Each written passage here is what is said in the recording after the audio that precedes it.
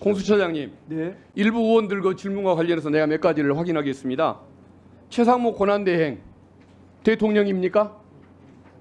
대통령 권한 대행으로 알고 있습니다. 대통령 아닌 거죠? 네. 직무유기 범죄 현행범 성립할 수 있습니까? 없습니까? 뭐 그런 부분에 대해서는 저희들도 좀 수사 이론상 묻는 겁니다.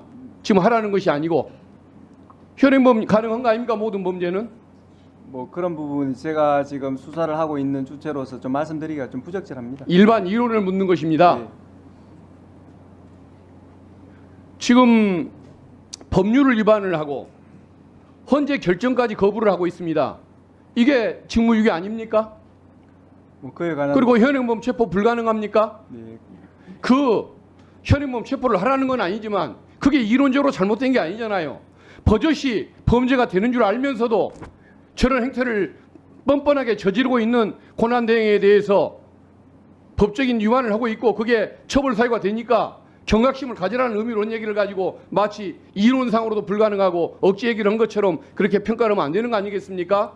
그 평가를 잘못했다고 처장님도 얘기를 해 주셔야겠죠. 네, 위원님의 여러 가지 말씀 저희들 경청하고 알겠습니다. 또 수사에 반영하도록 저 하겠습니다. 공수처장님, 공수처에 지금 최상목 권한대행 직무유기죄 지금 고발장 접수돼 있죠? 네, 수사 중입니다. 그리고 수사권도 있는 것 맞지 않습니까? 네. 수사 언제 하실 겁니까? 뭐 그런 부분 지금 수사 진행 정도에 대해서는 또 그 내용에 대해서는 제가 또 말씀드리기가 경청만 하고 또 두 달, 어렵고 세 달 그냥 넘기실 겁니까? 그런 부분에 대해서 지금 수사 진행하고 있고 법과 원칙에 따라서 열심히 진행하겠습니다. 지금 헌법재판소 결정을 거부를 하고 있는 범죄자입니다. 바로 소환해서 조사를 하십시오. 위원님 말씀 현행범 유념하겠습니다. 체포는 아니라고 할지라도 당장 소환해서 너 범죄자 맞다. 준법하라. 라고 분명히 선언해 주는 건 가능한 거 아니겠습니까? 예, 위원님 말씀 경청하겠습니다. 경청이 아니라 행동을 하십시오. 저 범죄자들이 지금 오히려 큰 소리를 치고 후한무치한 행동을 벌이고 있는데 저런 버젓한 폐륜적 행위, 불법적 행위 이것을 내버려두는 것은 말이 안 되는 것입니다.